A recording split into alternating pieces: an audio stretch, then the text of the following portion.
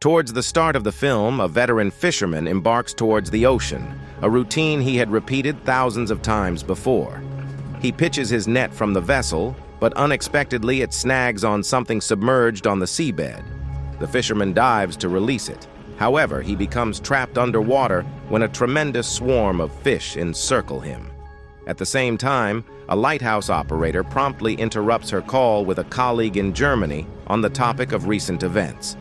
She had noticed an unusual alert on her screen that required immediate inspection. Meanwhile, Charlie must swim towards the buoy named Judy to recover a sensor that, in some peculiar way, had gotten entwined in fishing nets. Unusual occurrences are taking place in Canada, where Leon, a youthful whale investigator, is summoned to the city beach in Vancouver. A colossal orca, bruised and damaged, had washed up on the shore hours prior. Post-examination, Leon journeys to the fishing pier to ascertain who is responsible for the severe injuries inflicted on the orca. An elderly fisherman takes Leon onto his boat, revealing to him the gnawing marks on the side of the vessel. This, he says, resulted from a desperate attempt to fend off the killer whale. Leon is skeptical of the tale, but firmly believes that the fisherman is truthful about the incident. Meanwhile, Charlie and her newfound friend launch a rehabilitated underwater device aimed at monitoring sea creatures. They discover an unprecedented amount of methane ice fragments around their marine vessel. Leon then hears reports of whale sightings along numerous coastal spots before they venture out into the ocean. In anticipation of his sea journey, Leon calls his partner, Lizzie, who has already embarked on a boat trip with tourists, hoping to spot orcas in their natural habitat. A massive whale makes an appearance next to Leon's boat, freezing everyone aboard for minutes before it disappears beneath the water to be replaced by a group of orcas. Lizzie guides the tourists to the deck where they marvel at the beauty of the mammals. A humpback whale also shows up alongside their vessel, satisfying every passenger except Leon. In the meantime, the chef at a French eatery is planning to prepare lobsters freshly sourced from the market. In a surprising turn of events, one lobster ejects an unidentified liquid onto the chef's face. Despite this unsettling experience, the chef continues preparing the meal. However, by the end of the night, the chef has tragically passed, while two junior chefs are shifted to the ICU. Due to unknown sickness, waiting for tests results to shed light on this mystery. Elsewhere, aboard a Norwegian ship out at sea, a camera is submerged underwater to investigate a strange occurrence, a surge of ice worms. Notably, these specimens possess jaws, and they multiply rapidly. A committee is convened and unanimous consent is given that a novel species of worms and bacteria has been discovered. Back in Canada, Leon converses with a fishing boat owner who appears to provide some crucial insights. As a witness to the bizarre onslaught of humpback whales on other seafaring vessels the previous day, Leon also observed an unusually thick layer of mollusks enveloping the lower part of a returning ship, an oddity he had never encountered before. In order to examine the seabed where strange worms were spotted, a group of scientists deployed an underwater probe. Despite a methane leakage causing a sudden explosion, the ship and its crew fortunately survived, albeit quite shaken. The fear wasn't solely derived from the technical glitch, but also from the terrifying findings. Besides the unexpected hotspots on the seabed, ice-eating bacteria inhabiting the deepest layers were discovered. In the midst of these alarming discoveries, Jess decided to leave a video message for Charlie. Suddenly, the ship's instruments started to spew out strange signals. The water below began to bubble intensely, and an unseen force started to drag the vessel into the shadowy depths. Meanwhile, in Venice, a love-struck young lad was reciting poetry on a bridge when he accidentally dropped his book into the canal. However, the duo quickly forgot their lost poetry book at the sight of an unusual spectacle, thousands of enormous jellyfish flooding the surface of the water. Back in the lab, a dangerous new bacterial strain was found in the system of the affected chef, feeding relentlessly on blood cells. The restaurant he worked in had been the common factor behind multiple fatalities. Concerned, Leon asked for permission to dissect a killer whale for study. He hoped to find links between the whale's behavioral changes and environmental pollution. While the whale's innards were inconspicuously normal, some unidentifiable substance was found in its brain and promptly sent for testing. Another infectee was found, a young lad working at a local car wash. His case helped the scientists realize that the bacteria had spread via the water supply, originating from the aforementioned restaurant. In light of new reports of whale attacks, Leon turned to the distribution of these incidents on a map and began discerning a pattern. All abnormal behavior in the whales seemed to coincide with their migratory patterns. To assert his theory, Leon headed to the whale's resting spot and successfully mounted a camera on one whale, narrowly escaping a near calamity. Meanwhile, reports reached Sigur about similar worm findings by the Japanese, a discovery they had chosen not to voice out globally. Additionally, in a two-pronged lab analysis of the acquired footage, Leon's whale camera had captured the creature delving into the darkest, deepest layers of the ocean where they encountered eerily glowing phenomena. Concurrently, back on the seaseed, people were faced with the shocking sight of throngs of crabs crawling out onto their village streets. Ultimately, another seabed image provided the final clues, lifting the veil on the frightening mystery. It appears that an oil and gas corporation was irresponsibly boring into ice in an off-limits location, causing harm to the seafloor over a considerable distance. Leon had to surreptitiously slip through a barrier to reach the protected port region to gather a few more mollusks for scrutiny from the vessel. Nevertheless, he was discovered by the security detail and subsequently detained come daybreak. Sato, the proprietor of a Japanese vessel, communicates with Leon to admonish him not to violate his domain. However, he agrees to grant unrestricted access to all material required for research. Jess's last recorded message, made just moments prior to the disaster, is only now grasped by Charlie. Following a flood of emotion, the girl discerns a few anomalies in the recording, such as a radiance seen through the porthole. Additionally, crabs that have begun appearing globally are brought into the lab. As anticipated, these crabs are laden with a peculiar substance that rapidly consumes blood cells. Charlie repeatedly scrutinizes the recording, puzzled by some inexplicable element. Finally, she perceives a sound similar to one from a deep-sea recording. She brings her suspicion to the laboratory's attention, but Katerina, her austere supervisor, dismisses Charlie's ideas, deeming the noise coincidental. Katerina instructs Charlie to wrap up and close down operations for the season without spinning sensational theories. However, after thinking it over, Katerina reluctantly agrees to investigate Charlie's theory. A copter bearing a team of scientists and deep-sea apparatus arrives at the island, with the equipment delivered by Sigur. Yet, as he prepares for departure, alarming updates reach the mainland scientists, stating a monstrous tsunami is heading towards the shoreline. Seeing the enormity of the situation, they acknowledge there's no hope for survival. Sigur manages to alert Charlie, and they make their escape.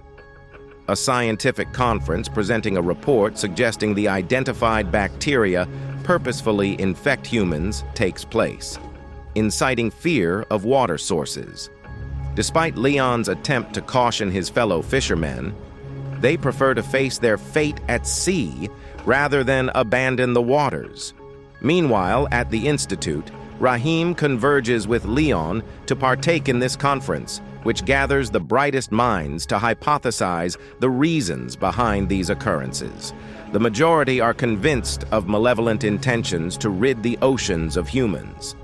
Defying the consensus, Katerina clings to her years of empirical knowledge, instructing the group to find a scientific explanation.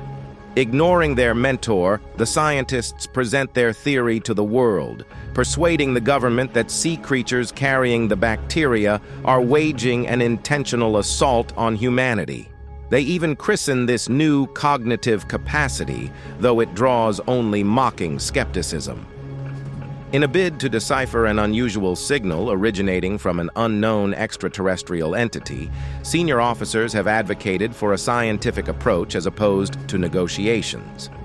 Samantha Grove, an astrophysicist, steps forward in agreement, having studied the bizarre sounds thoroughly. She maintains that the audio has distinct traits that suggest it could be a foreign cosmic language. Remarkably, her team has been successful in picking up identical signals from Antarctica. The theory is also backed by a well-regarded figure from Japan, Mifune, who commits to funding Sigur's explorations in the hopes of possibly saving Earth. With a team of researchers behind him, Sigur reveals plans to embark on a mission to the Arctic in 48 hours. The scientists take a leave of absence to bid their families farewell, despite pleas for them to abandon their potentially perilous journey. In their eyes, this is a critical chance to rectify an unknown problem. According to scientific research, it is proposed that the densest cluster of intelligent organisms resides in an Antarctic valley, potentially surviving there for millions of years. Amid preparations for making contact, the researchers engage with a young reporter in interviews. Suddenly, the ship's equipment begins displaying signs of disturbance. As they ready themselves to intercept a signal from the mysterious life form, Sarah, Mifune's assistant, joins Leon and admits she wouldn't have believed their theory had it not been for her boss's proven track record of unfaltering intuition. Samantha formulates a plan to infuse a human child's scream into the audio signal from the life form to intimate their willingness to communicate.